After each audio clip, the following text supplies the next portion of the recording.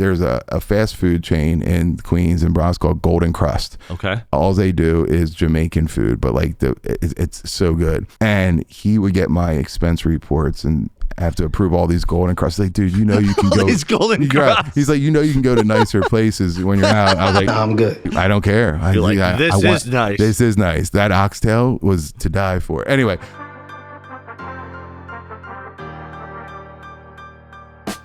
Welcome to the podcast dedicated to real estate, insurance, and building your business. Join us as we take you along our own business building journeys with additional wisdom from our network of local and national experts. Welcome to Bricks and Risk. This episode is brought to you by Property Management Redefined. PMR is not just managing properties, we're creating partnerships that build long-term success for property owners. John and his team can be reached at manage@gopmr.com or by phone 267-753-6005. Tim. Yes, Sean. Who's a good client for PMR? Property Management Redefined is looking for property owners who value three things: accountability, reliability, and a results-driven approach. They want to maximize returns, but still provide client and tenant satisfaction. There's a lot of property managers out there. Yes, there are. What does PMR do really well? Biggest thing is they're seamless and they're worry-free.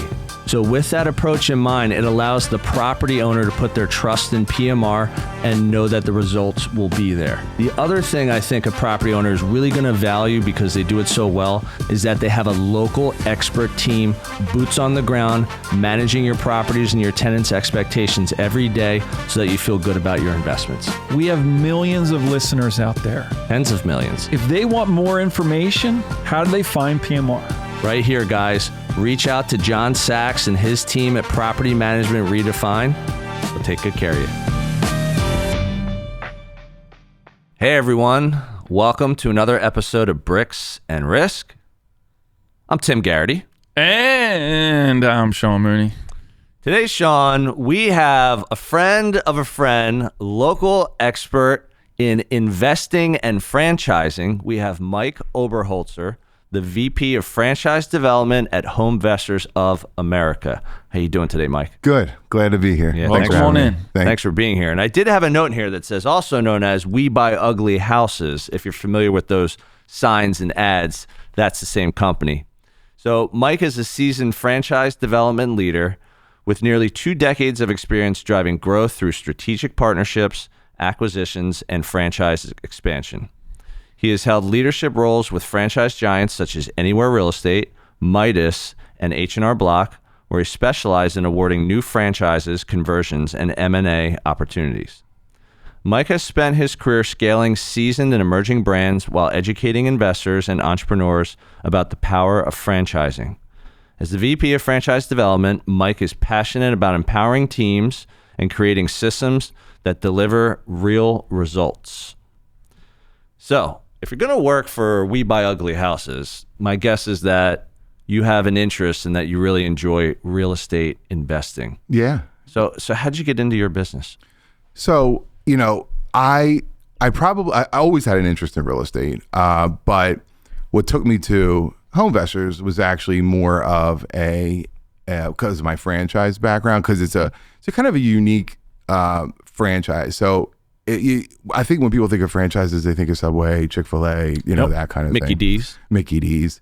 And you could call this the Mickey D's of real estate, franchising.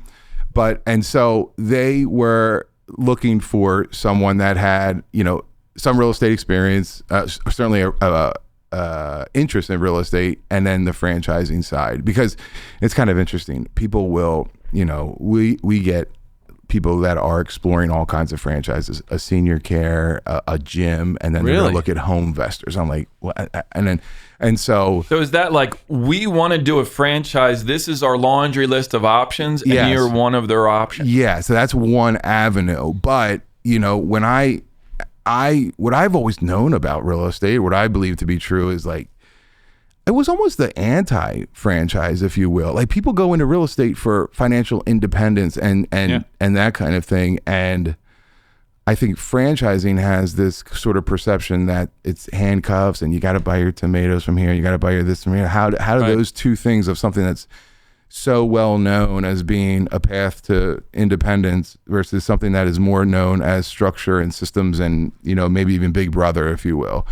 And so actually we've kind of pivoted we still want to talk to those people that are looking at franchises per se, but we've really leaned in more to the real estate side. It just makes more sense. I don't know how you feel about mentioning other podcasts on your podcast. Yeah, absolutely. But, you know, so we do shout outs all the time. All right. So, you know, we recently sort of partnered with Bigger Pockets because I think that a lot of their, they have a lot of similarities in the sense that they have a lot of new and aspiring investors who are just kind of like maybe poking around. Shout out to Bigger Pockets. Yeah. They're fantastic. But you know, there's so many different levels of where somebody is on this journey, right? Mm-hmm. I got $5,000 and I think I want to go put that in a syndicate with somebody else, or I just lost my job. I got a bunch of money. What should I do next? So there's so many different ways to get into it. But anyway, the idea to kind of, I don't want to shy away from the fact that we're a franchise because there's a lot of benefit to them. We could probably talk about that later. Mm-hmm. But I also want to let people know that it's still very much your business, right? You can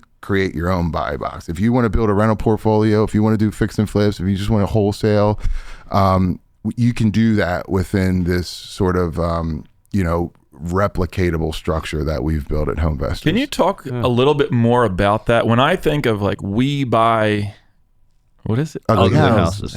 Come on, dude. We buy pretty well known. Yeah. You never saw that billboard? It's like have some more coffee. Yeah.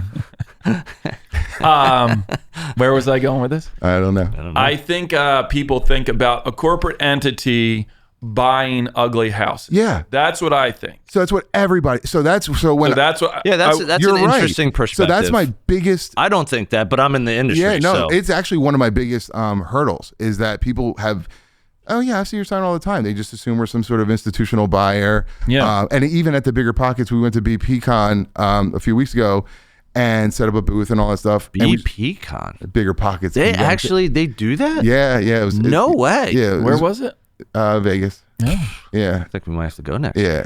Oh, you have to go. I mean, even just to like talk to lenders. I mean, they got really good vendors. That's great. Do you guys know Chris Voss by any chance?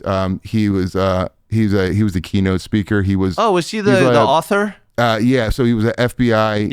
Hostage. Super sharp. Yeah. So for I've not read any of his books, as most people know. I do not read a lot of books. I mean, I get goosebumps thinking about it. It just gets fired up. Yeah. Anyway, he talks about like how to equate negotiating at the dining room table with him negotiating with the Taliban to get like Americans back. Anyway, which can be similar if you've ever done either of those. Right. Yeah. But anyway, a 5-year-old that won't eat their vegetables. Right. Osama bin Laden. So that's the biggest problem. People are like, I've seen your signs, and then they'll walk up to our booth or whatever and say, "Can I get on your wholesale list?" And I was like, "Well, how about if I can get you how about creating your own?" Right, exactly list. right. I can get you the properties before they make it there, and you can buy. And it's like, and then it's all of a sudden like, wait, what do you mean? You know, and then it's like, well, you know, you could be sitting at a dining room table in a hoarder situation, smelling smells you've never smelled before, seeing things you never smelled before, and you're going to try to buy that house. And they're like, no, somebody else does that and I buy it. Well, you can for 30, 40, 50, $100,000 more, whatever. So anyway, it's a very common thing. So I'm actually starting to work with our ad agency and making sure it gets past legal and trademarks and all that kind of stuff. But I want the billboards and the signs to say, we buy ugly houses, ... And so can you, you know, so you can kind of have tie that with you. Yeah. You know, and then anyway, so yeah, it's a challenge because people see it and they just think, well, I don't have a house to sell or I'm not buying one. So, but I guess because too is you're then associated with the other people that do. Ian Walsh was talking about that. Shout out to Ian Walsh, Hard Money Lenders. When he did this, what do they call stick-up signs or what are they? Bandit signs. Bandit signs. Yeah. So like when you're people, go ahead. When you're name or when you're with them, I guess the association in my mind is like, oh, well, they're all just buying houses. Yeah. Well, so we did it 30 years ago. We put up the first billboard that says we buy ugly houses. Yeah. And every town now has some sort of version. We buy houses, or I'll buy your house for cash, or and our we buy ugly houses actually is trademarked, but it did become sort of synonymous with for every flipper out there who wants to buy, so and then the other challenge that I have, is that we have this very sort of professional business in a box that almost anybody can plug into, but I'm competing with people on Facebook selling $20,000 admission into a private Facebook group to teach somebody how to skip trace, and people are buying it all day long. So these gurus that are, and I shouldn't do the air quotes, I guess, because there are good ones out there that really are, but there's other ones that are pretenders that are just selling the dream. They don't really have the experience or the knowledge yet. Right. They're trying to get by on, on charisma or sales skills or whatever. Marketing, it's fine. right? That's where we live. We're in the United States of America. And if you know how to sell, you can make money. Absolutely. And if you know how to use Instagram and CapCut, you can be a multimillionaire. But the problem is that people think that if they learn skip tracing, they learn how to drive around a neighborhood and looking for tall grass or trash cans that have been out too long, like that's going to be their big secret, or how to look at the MLS and look to see how long it's been on and all that kind of stuff. But you have to imagine there's tens of thousands of 100,000 people. There's AI scouring MLSs looking for these diamonds in the rough. And so when I talk to people about, most of our deals don't make it to MLS, right? And so that's one of those things that people are like, oh, okay, I'll hear more about that. All right. I got a question. So I'm an investor developer myself, small scale. So in your eyes, why would someone who's already investing in real estate in the space, why would they consider a franchise with a HomeVestors? What would be the if I'm coming to you and I'm saying I'm already in this space, and you're saying that's good, but what kind of things would you say to me to figure out if I was a good customer to buy a franchise? That's a good question, and it's a particularly good question because that's where I'm leaning towards now. That's where those are the people I want to go after now. But I do have some criteria. If you got 100 doors under ownership, if you're doing 10 to 20 fix and flips a year, your capital situation is great, everything's good. There may not be a great value, but if you are somebody who's like, I got a couple rental properties and it was I bought my first house, and then instead of selling it to buy my next house, I kept that. Now it's a rental, or I've done a couple fix and flips. So people organically doing it. Yeah. It's more like somebody who is. So I think I can add value to what you do, but I think it's probably more value to the hobbyist that wants to make it a business. Yeah. Okay. That's a good way to put it. So we have a lot of things. I could list the whole value proposition, all the great things about it. There's a couple big ones that I think are compelling to anybody, regardless of sort of where they are in their real estate investing journey. One is obviously the fact that the phone rings to you of a seller saying, I want to sell my house quickly for cash. My parents passed away and I have to get rid, whatever that story. There's so many. Yeah, that's common. So that's hard to get as an independent person, right? Your phone ringing with inbound leads, seller, right? Inbound, not outbound. The other thing is the access to capital. So franchisee comes in, their biggest expense is the franchise fee, and then their monthly advertising spend to get that phone to ring, and we guide that spend. But so then they get a contract, and they're like, we got to close in 10 days. We got to do a cash deal. So we have, lenders that are private lenders ready to go. Yeah, that are, some are exclusive to us. Some are, we work with the big guys. Oh, that's cool. But then they're going to go give them the capital to buy it and renovate it, and then do typical bridge loans, sort of short term, interest only payments. So that way they can, all right, so let's paint the picture. If I'm working with you guys and someone calls me and says, I'm selling a house that I don't want or don't need. I don't want to list it publicly with a realtor, let's say. And I'm like, cool, I'll buy it for cash, but I don't have any cash because I'm new to HomeVestors, Right. I'm new to investing, whatever. What you guys do is you provide private financing for that person to buy that property in a short period of time. So now they have it under control. Yes. And then when they have that under control, they can do pretty much Whatever they three want. things. Yeah. They can fix and flip it, they can fix and hold it, or they can just sell the opportunity to someone else who's looking for a deal. And if they get it for a good deal, and they're like, I could sell it for more than what I got it for, then that's more the wholesaling model, where they can make a spread based on what someone else would pay them for the opportunity that they just bought. That's 100% right. So I think I mentioned the person that bought their first home and then turned that into a rental and all that kind of stuff.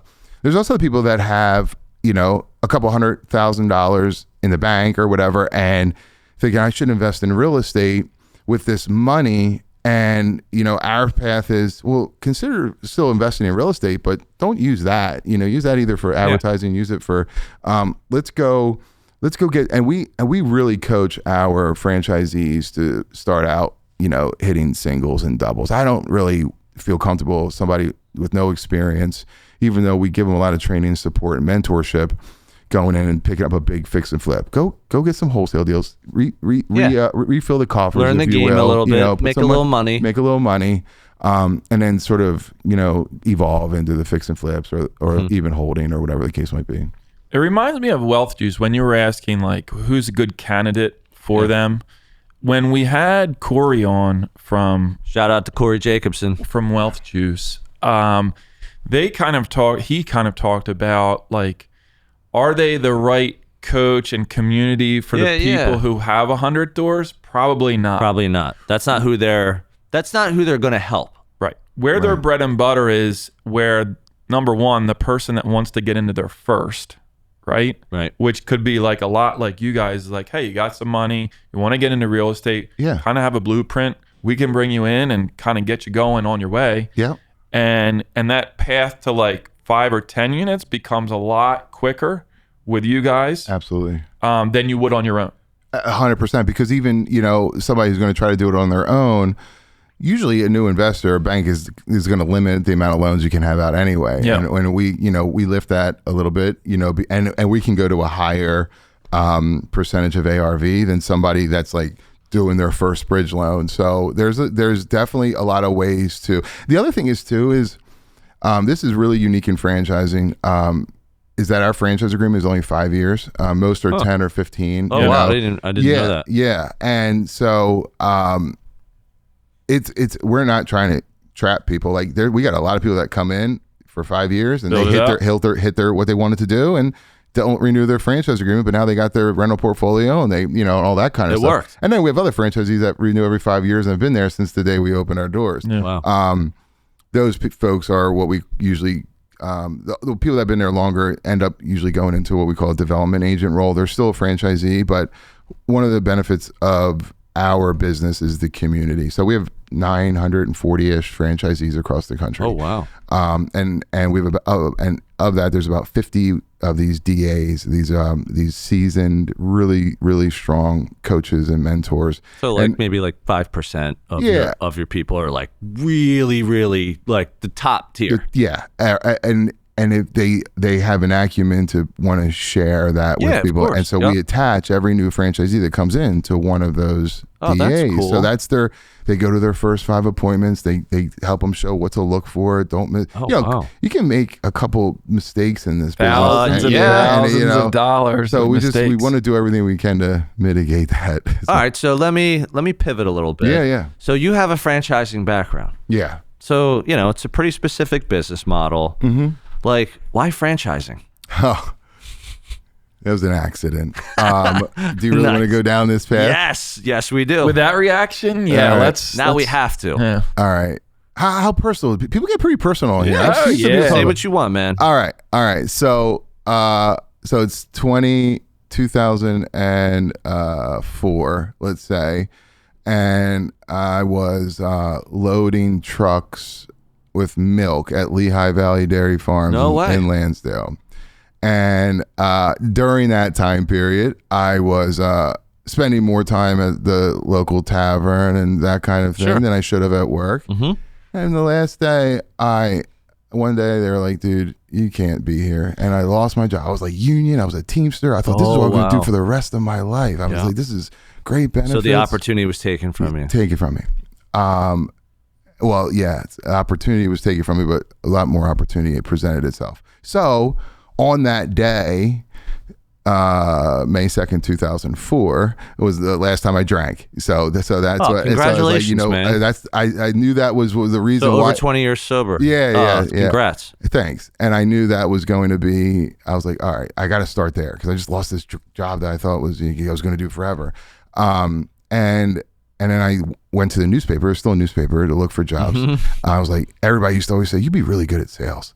And now I know like sales can very much be taught. And I know why people say that, but they were just saying it because I guess maybe I talked a lot or something. I don't know, which is actually the opposite, I think, of sales. But anywho, sorry. I don't want to. You're good, man. So I found this job that said mortgages and no experience necessary. Will This is train. 2004? Yeah. Okay. This is a hot time for mortgages. It's a good time to find it. As I find this little broker shop in Horsham, Pennsylvania, for our further listeners.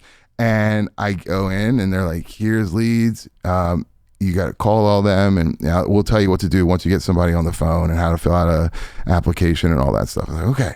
And I'm just there. No. Maybe I got a $20,000 base salary or a draw, and then so you're like a loan officer, starting loan officer. Exactly right. First month, nothing. So at home now, like, and you're just calling.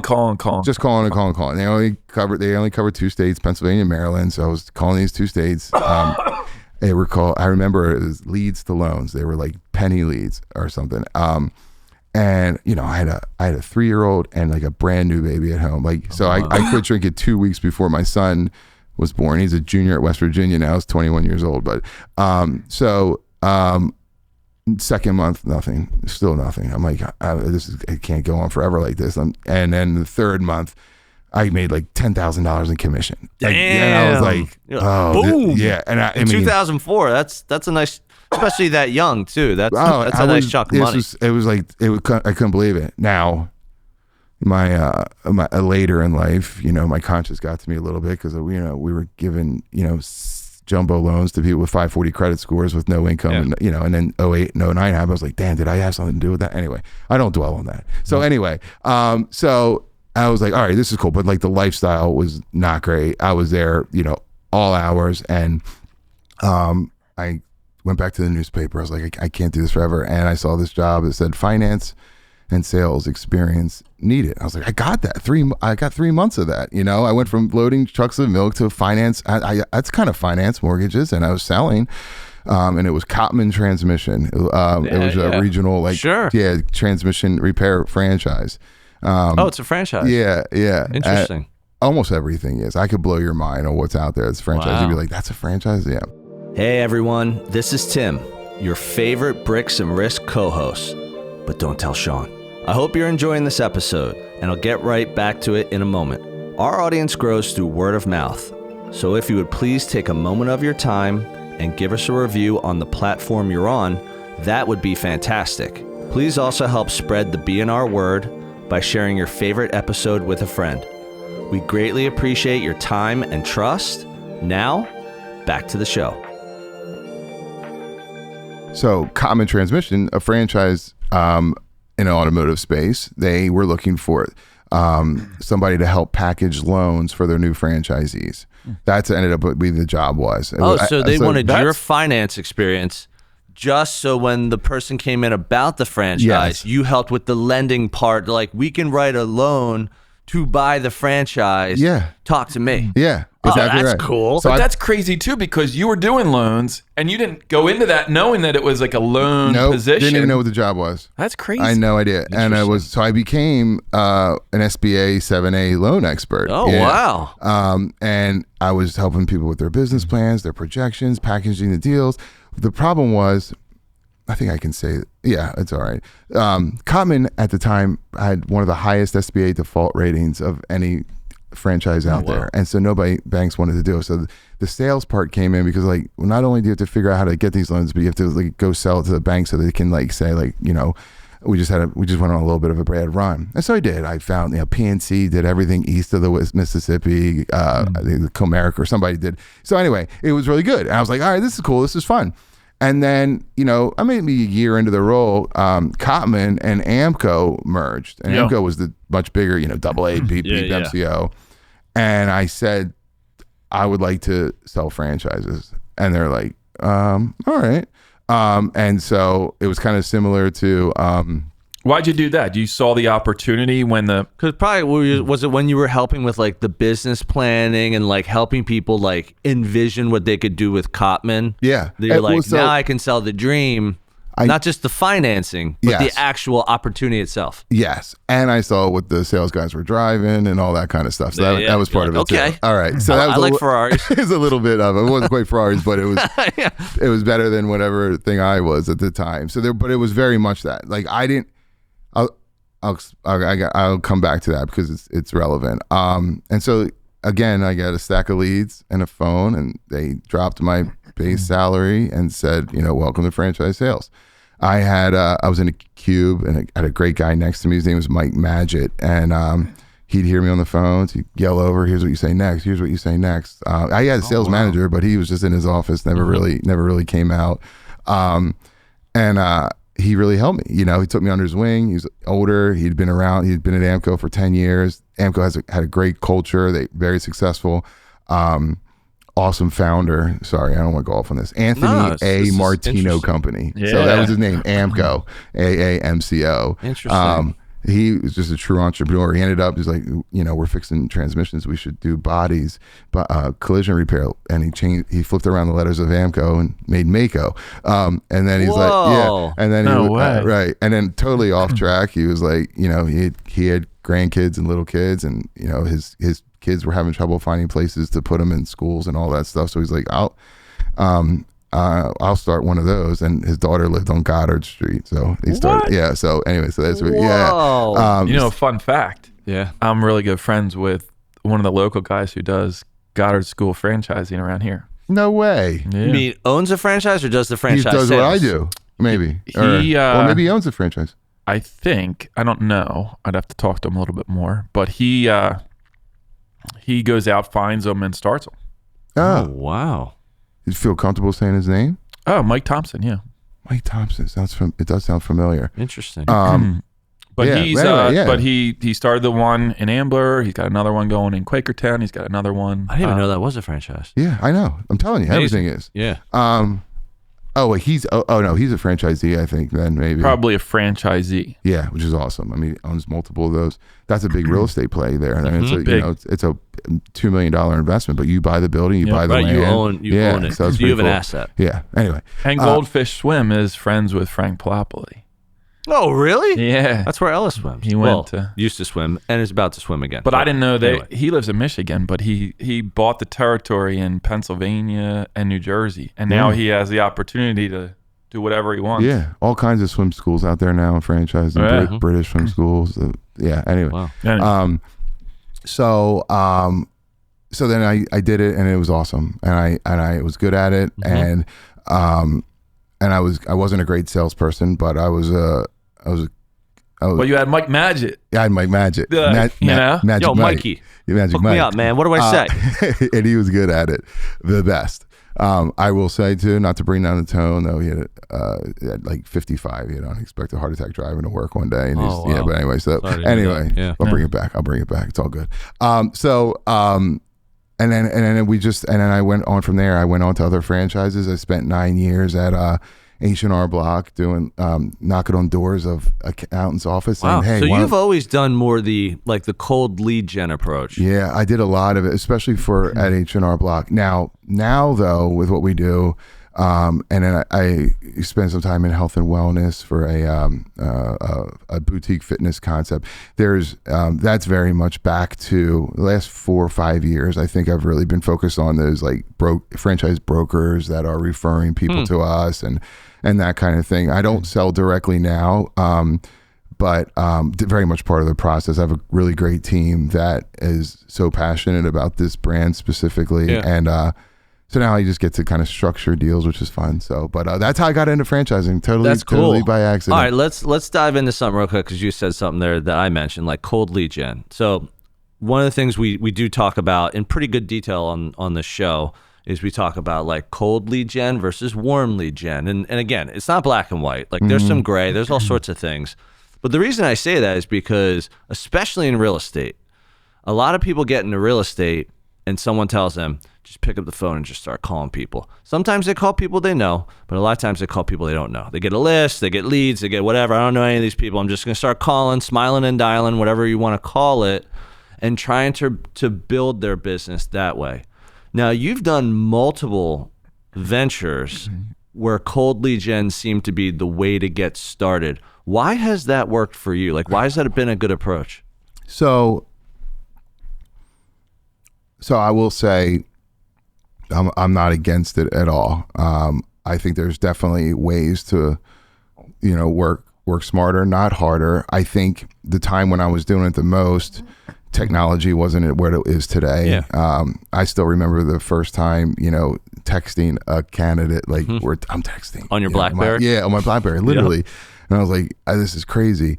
And then but I think there's absolutely space for it, especially 100%. In real estate. When at Realogy or anywhere now, they still talk about being belly to belly, like that phrase, like it's and that is there's a lot of power to that. So I think I would say if you ever get away if you're in sales or you need to grow a business and you're ever going to get away from you feeling at the point where you're going to get away from doing cold calling or cold emailing or whatever it is, don't stop it. Don't ever stop it, because I think it's what keeps you hungry, right? And that's where you find your best deals. You're going to have to go. It's going to be a 1 out of 200 or whatever the ratio is, but those are always the ones that end up bringing the best referrals or bringing the best deal. Like you find the things that weren't supposed to be found. That's I think what cold calling is, but it takes a dedicated person to do that. I was not great at it, but I was strategic with it. So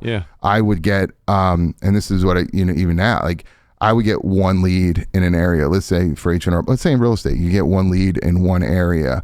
Even in HomeVestors, you get a lead. You schedule the appointment, you go out to that lead. And I think if anybody is doing that and then not doing a search of all around there to see what other opportunities are there, you're completely wasting your time just taking that one appointment. Yeah, like circle prospecting. Yeah, exactly. Yeah. There's so much resources out there too, especially like I have software. I imagine it's not terribly expensive or proprietary. I don't really know, but I can pull a list. If I have an appointment here, I can pull a list and I can sort by, how many houses were flipped in the last year? Were they bought by an entity or by an individual? Was it an out of state? And the data is just crazy. And that's still cold calling, even though you're using the data. So I'm like, hey, listen, it wouldn't be abnormal to at that meeting, know I'm going to get that contract, pull this thing up because I know I just want to sign that contract or wholesale it. And I have a list of 10 deals that were done within a mile radius in the last 6 months. I'm going to go call one of those. I got this deal for, $130,000. I was like, I'm not going to tell them I got it for 130, but I got this opportunity that's 165. It's got an ARV of 300. Yep. And like you could have it sold before you even left the property. So, don't shy away from cold calling. Well, I think when you started, Mooney loves it. You didn't have a choice. Right. I did. So right. You were like, this is what here's the playbook. There you go. Yeah. Like there's the phone. There are the names and numbers. Especially in franchising. I would literally just drive. I covered New York City, all the boroughs in New York, and I would drive down the Bronx and just look for signs that say income tax. and there's a bunch of them. But there's also the, in the Bronx, whatever, very Latino community, they do the multi-servicios, where so like they do. In front, they were making empanadas. They're doing money transfer. They had an internet cafe, and there's a little dude in the back that was banging out 1,000 returns a year.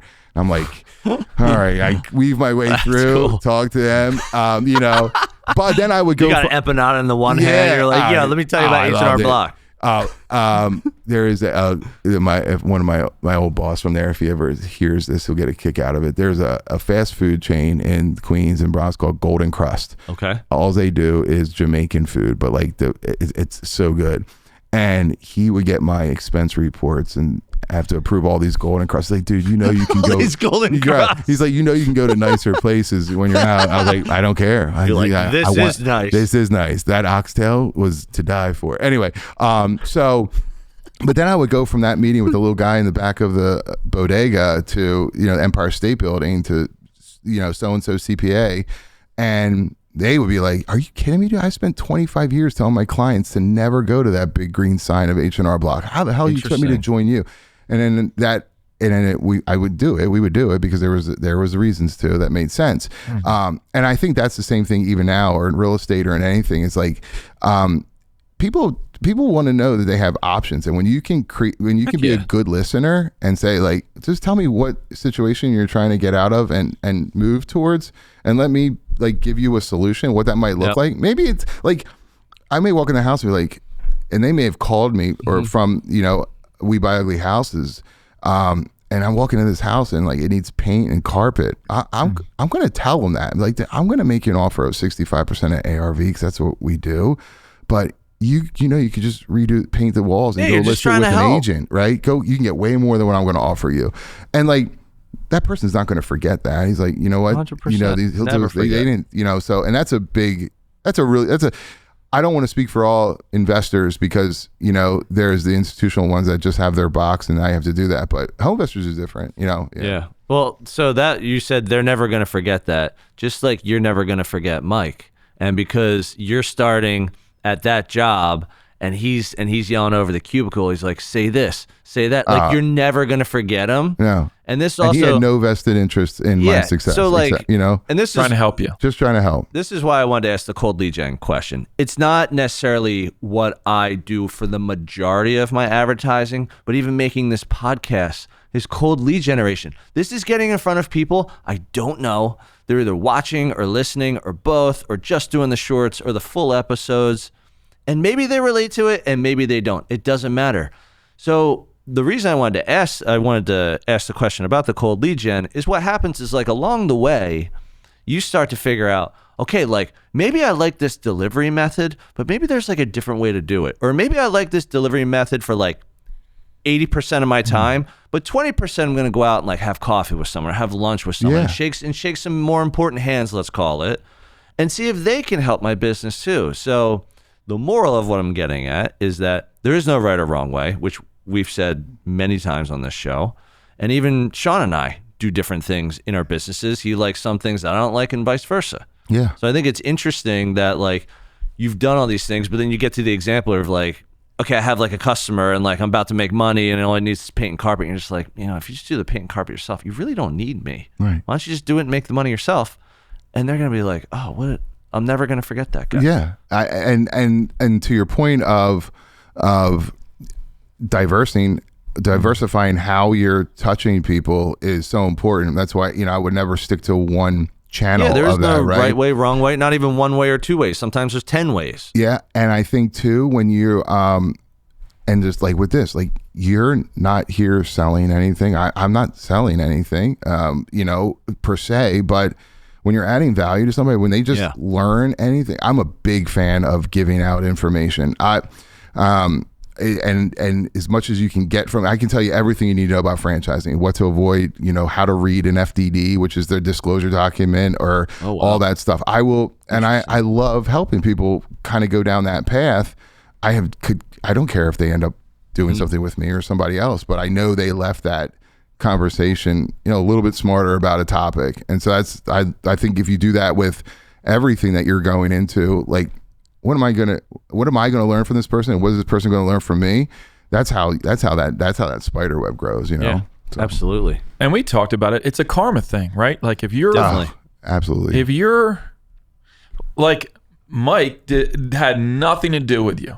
No. Like his day wouldn't change. His Nope. year If wouldn't. anything, he's It was spending less annoying. time on Yes. himself, and now he's spending more time on Yes. you. Yeah, so he's taken away from what he could be doing by trying to help you. Didn't have to do it. Chose to do it because he wanted you to see you succeed. Yep. Right? And so like that kind of sounds like it translates to what you're doing now.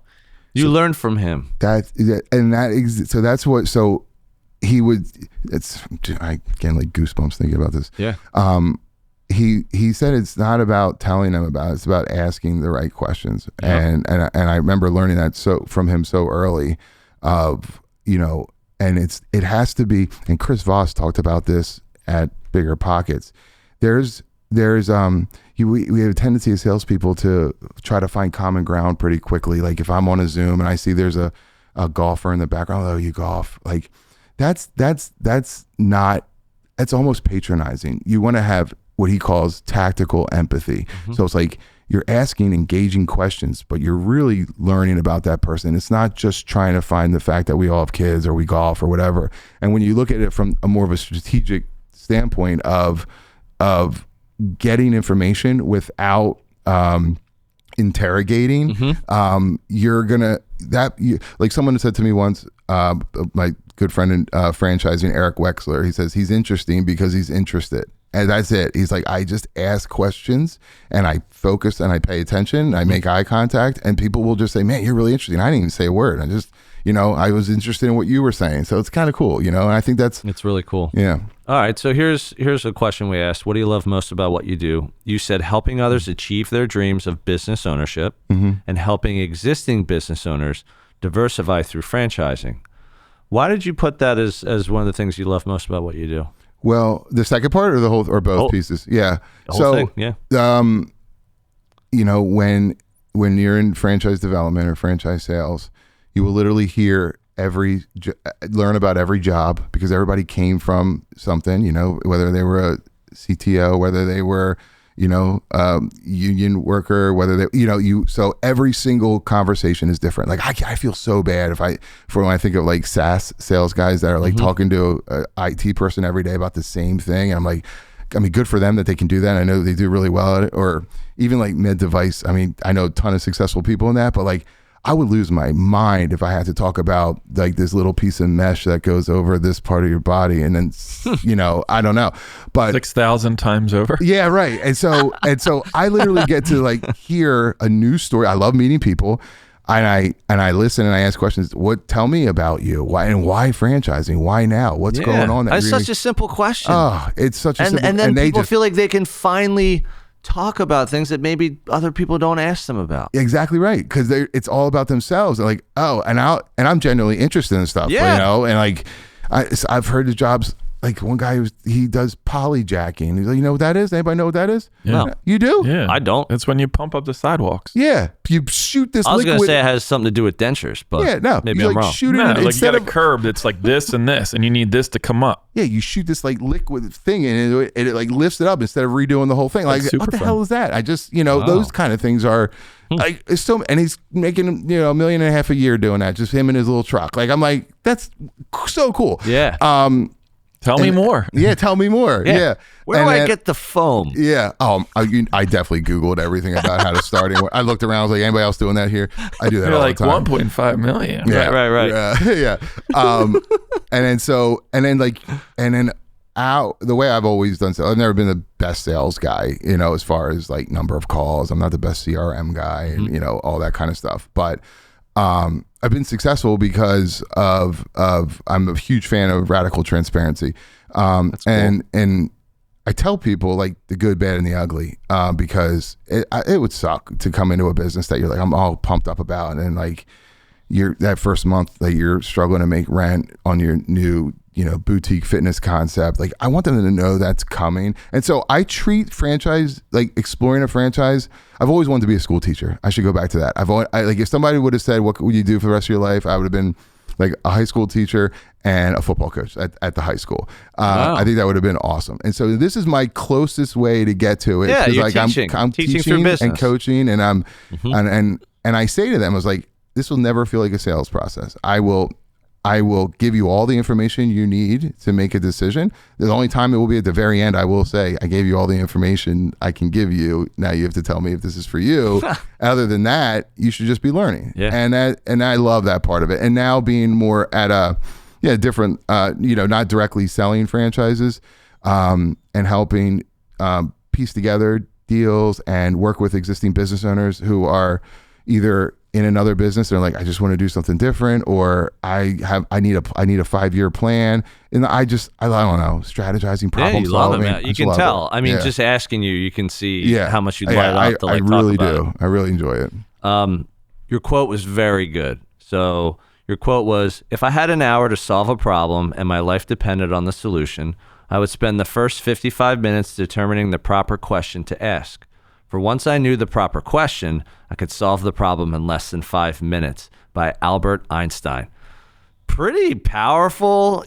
Sometimes quotes are like 10 words, but this one, you got to think about it for a minute. Why'd you choose that one? So it goes back to like realizing that I can't get to the end result of the outcome of it, of a franchise sale or whatever, if I haven't asked the right questions throughout the course of it. So, but I use that not just in sales. I use it in everything. Every problem I have, I try to take the top of it and start asking questions. Be like, what are you really asking me? Yeah. Project managers are really good at this. They have it naturally. Like I'll go to my IT person and be like, I need this to sync with this, blah blah blah blah blah, and I'll be like, well, why? And I'll be like, well, because this, and then he's like, oh, well, we have that. You just have to do it this way. And I'm like, crap. All right, cool. Thanks. You don't have to go spend the money on whatever I'm asking you to spend the money on. And so I just think every situation I've ever been in where there was a problem, there was somebody asking the right question to figure out how to solve the problem. And so that's always stuck with me. There was another Albert Einstein one that I was torn between, where he's just like, I'm actually not really that smart. I'm just wildly curious. And it goes back to asking those questions. And it's very similar to that. So anyway, that's kind of why I went that route. Do you think you could, with your experience, do you think you could really take any franchise that you haven't even done? Like a different industry, different structure. Like what you know, and everything that you've kind of seen and built and put together, could you good question. Take that as an application to something like wildly different? Completely outside of franchising, or still franchise, but just something I've never touched before? Completely Take different the industry. franchise model and the way you build it and apply it to a business industry that you've like the never dental industry, like something really random. In sales. Yeah. Yes. Yeah. Yes. We call it franchising. It's a discovery process. And I over the course of 20 years, having really good managers, having lousy ones, having somewhere between, I've created, and it's on my computer, a 10-step franchise discovery process that I could probably put into car sales. I could probably put into landscapes. I don't know, anything else. Or like, because if I have a business and I came to you and said, hey, I have two offices. Let's franchise MIB, Mooney Insurance Brokers. Yeah. You want to? Oh, that's a different question. So my first question was that, but now I'm thinking as you're kind of responding. Could you take Mooney and find a way to franchise Insurance Brokers and sell it all across the country? Yes, but here's what I would say first: you need a mustache. You need a mustache. Definitely. Okay, cool. That would be part of the market. That would be chapter 6. I figured everyone knew that, but I might as well ask. Now, after that, once you've gotten your mustache, here's what I would tell anybody who's thinking about franchising their business, because this happens a lot, and people screw it up. They have this one awesome location. Let's call it a burger place. They make the best burger. Wildly popular in this area. And like some franchise development company knocks on their door and says, we can make this a household name.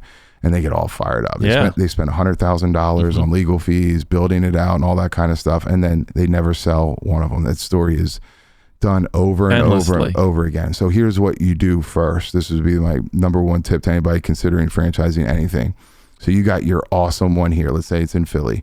This is when you yourself Go open one in Austin, Texas. I don't care how you operate. I don't care if you hire somebody or if you move there. Completely different market. If that one works, you're getting closer. Now go do it in Seattle, and then if all three of them are working, and now you're ready to franchise it. Yeah. But it's not to say have one here and then have one 2 neighborhoods over. No. Because again, what if it's something that's like local? Like what if the food is like a local vibe, or like, hey, you know, people in this area like fast casual, but they don't like sit down, like, you know, they want something all fancy. Of those things. And using insurance, you know, what do I have to know about this? How are you in Philly going to tell somebody in, let's say, use Florida, because they're going through all those things with insurance? Like how are you going? Because you have to be the expert. You have to be able to put together an operator manual that you can give to any person, and they can go run that business perfectly.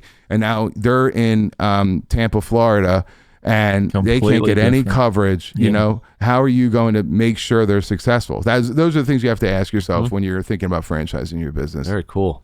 Awesome, man. Dude, really good conversation. Before we shut this one down, why don't you tell our listeners and watchers where they can learn more about you and everything you got going on? Oh, yeah. So I would love to talk to anybody who is an aspiring or an existing investor who wants to take their business to the next level, that could benefit from inbound leads, access to capital, technology, vendor relationships that are insane. I can't even tell on air like how much we pay for our franchisees pay for like Sherwin-Williams paint, but like it is so significant when you're putting 18 I'm going to gallons. guess half. That's pretty much right. Yeah. All right. So, you know, and mentorship, you know, we are a community. The first 3 words of our mission statement is to help others. And we do that in every aspect of our business, whether it's internally, whether it's with a seller, whether it's with another franchisee. So you can go to, you know, franchise.homevestors.com and get more information there if you want to poke around.